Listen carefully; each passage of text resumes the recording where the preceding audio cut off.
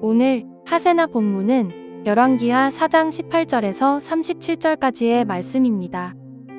그 아이가 자랐는데 하루는 그 아이가 자기 아버지가 곡식 빼는 사람들과 함께 곡식을 거두고 있는 곳으로 나갔다. 갑자기 그 아이가 아이고 머리야, 아이고 머리야 하면서 아버지가 듣는 데서 비명을 질렀다. 그의 아버지는 함께 있는 젊은 일꾼더러 그 아이를 안아서 어머니에게 데려다 주라고 일렀다.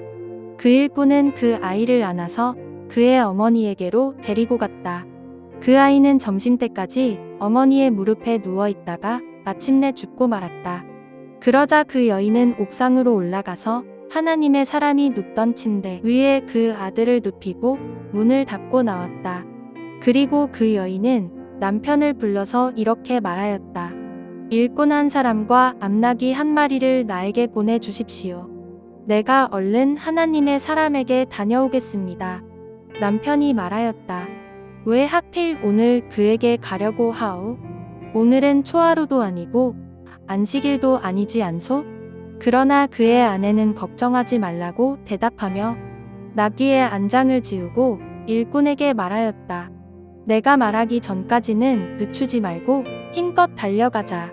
이 여인은 곧 갈멜산에 있는 하나님의 사람에게 이르렀다. 때마침 하나님의 사람이 멀리서 그 여인을 보고 그의 시종 게하시에게 말하였다. 저기 수넴 여인이 오고 있구나. 달려가서 맞아라. 부인께 인사를 하고 바깥 어른께서도 별거 없으신지 그리고 아이도 건강한지 물어보아라. 게하시가 달려가서 문안하자 그 여인은 모두 별거 없다고 대답하였다. 그런 다음에 곧 그 여인은 산에 있는 하나님의 사람에게로 가서 그의 발을 꼭 껴안았다. 게하시가 그 여인을 떼어 놓으려고 다가갔으나 하나님의 사람이 말리면서 말하였다. 그대로 두어라. 부인의 마음속에 무엇인가 쓰라린 괴로움이 있는 것 같구나. 주님께서는 그가 겪은 고통을 나에게는 감추시고 알려주지 않으셨다. 여인이 엘리사에게 말하였다. 예언자님, 제가 언제 아들을 달라고 하였습니까? 저는 오히려 저 같은 사람에게 농담을 하지 마시라고 말씀드리지 않았습니까? 엘리사가 게하시에게 말하였다. 허리를 단단히 묶고 내 지팡이를 들고 가거라. 길을 가다가 어떤 사람을 만나도 인사를 해서는 안 된다. 인사를 받더라도 그에게 대꾸를 해서는 안 된다. 그리고 가거든 내 지팡이를 그 아이의 얼굴 위에 놓아라. 그러나 아이의 어머니는 말하였다. 주님의 살아계심과 예언자님의 목숨이 살아계심을 두고 맹세합니다. 저는 어떤 일이 있어도 예언자님을 떠나지 않겠습니다. 엘리사는 하는 수 없이 일어나서 그 부인을 따라 나섰다. 게하시가 그들보다 먼저 가서 그 아이의 얼굴에 지팡이를 올려놓아 보았으나 아무런 소리도 없었고 아무런 기척도 없었다. 게하시가 엘리사를 맞으려고 되돌아와서 그에게 말하였다. 아이가 깨어나지 않습니다.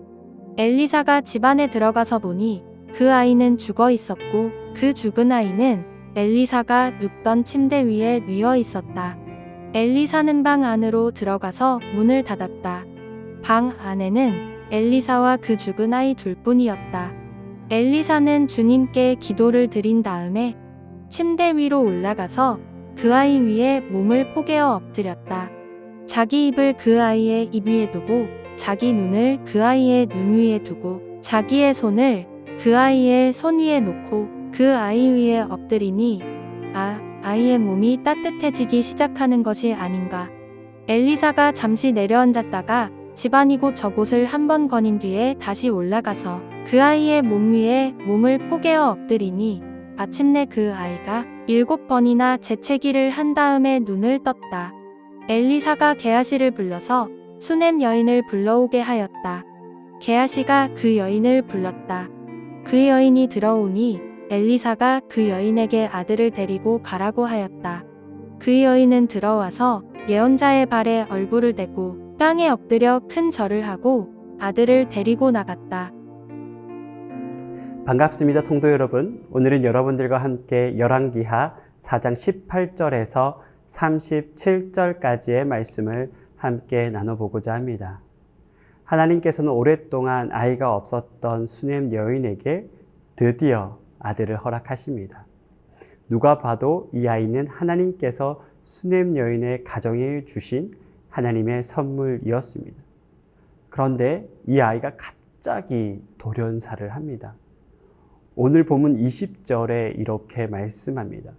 곧 어머니에게로 데려갔더니 나까지 어머니의 무릎에 앉아 있다가 죽은지라.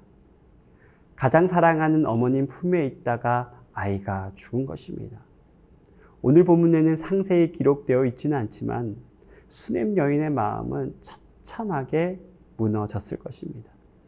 자기 생명보다 더 귀한 아이를 갑자기 잃어버린 그 어머님의 심정을 누가 이해할 수 있겠습니까? 하지만 하나님께서는 이 아이를 죽게 내버려 두지 않습니다. 하나님께서는 이 아이를 살리시는 그 장면이 오늘 본문에 아주 상세하게 기록되어 있습니다. 그런데 오늘 본문을 읽으며 우리가 주목해 봐야 할 것이 있습니다. 그것은 왜 하나님께서 이 아이를 살리시는 그 장면을 20절이나 넘게 상세하게 기록해 놓은 것일까요? 이름도 모르는 한 아이를 살렸다라는 것을 이렇게 길게 설명해야 할 필요가 없습니다. 하지만 20절 넘게 기록한 이유는 하나님께서 이 사건을 통해서 북이스라엘 백성들에게 또 우리에게 분명하게 말씀하고 싶은 것이 있었기 때문입니다. 오늘 사건을 자세히 살펴보면 하나님께서는 이 아이를 곧바로 살리지 않았다는 것을 알 수 있습니다. 신적 권위를 상징했던 엘리사의 지팡이를 가져갔지만 아이는 살아나지 않았습니다. 그리고 수넴 여인이 엘리사를 찾아가고 또 엘리사가 죽은 아이를 찾아가기까지는 꽤 오랜 시간이 지났다라는 것을 알 수 있습니다. 하나님께서는 이 아이가 죽은 상태로 방치되어 있도록 의도적으로 시간을 끌었다라는 것을 오늘 본문을 읽다 보면 우리는 발견하게 됩니다. 오늘 본문 27절 하반절에 엘리사가 이렇게 말합니다. 그의 영혼이 괴로워하지만은 여호와께서 내게 숨기시고 이르지 아니하셨도다 하니라.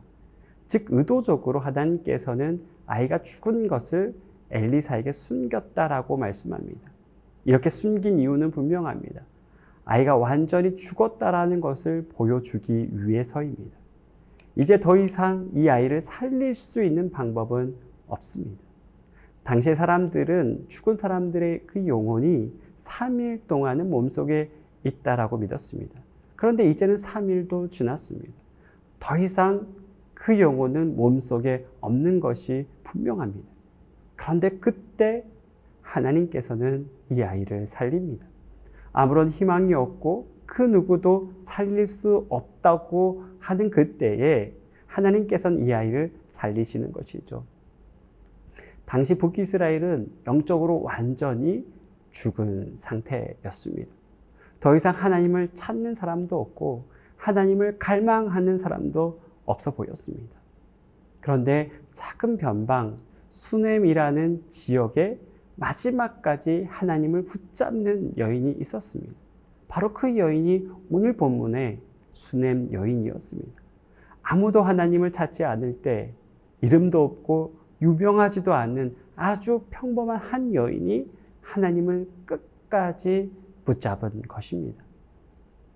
여러분, 생명은 여호와 하나님을 끝까지 붙잡는 것에서 시작합니다. 인간적인 눈으로 봤을 때는 아무런 희망이 없어 보입니다. 더 이상 인간적인 힘으로는 할 수 없다고 판단될 때도 있습니다. 주변의 상황은 점점 좋아지지 않습니다. 그럴 때 우리는 우리가 생각해낼 수 있는 최선을 생각합니다. 더 좋은 방법을 강구합니다.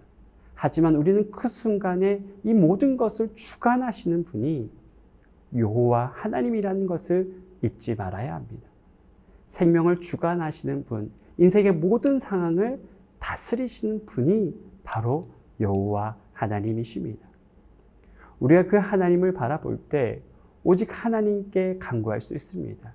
하나님께 매달릴 수 있습니다. 그때 하나님께서는 우리에게 살 길을 열어 주십니다. 사랑하는 성도 여러분, 오늘도 그 하나님을 바라보시고 또 그 하나님을 사랑하고 또 기도의 자리로 나아가는 그런 귀한 성도들이 되시기를 진심으로 축복합니다. 오늘의 하시조는 옆자리 친구나 동료에게 간식을 선물하는 것입니다. 따뜻한 나눔을 통해 서로를 응원하고 격려하면 어떨까요? 오늘의 하시조 함께 하시죠.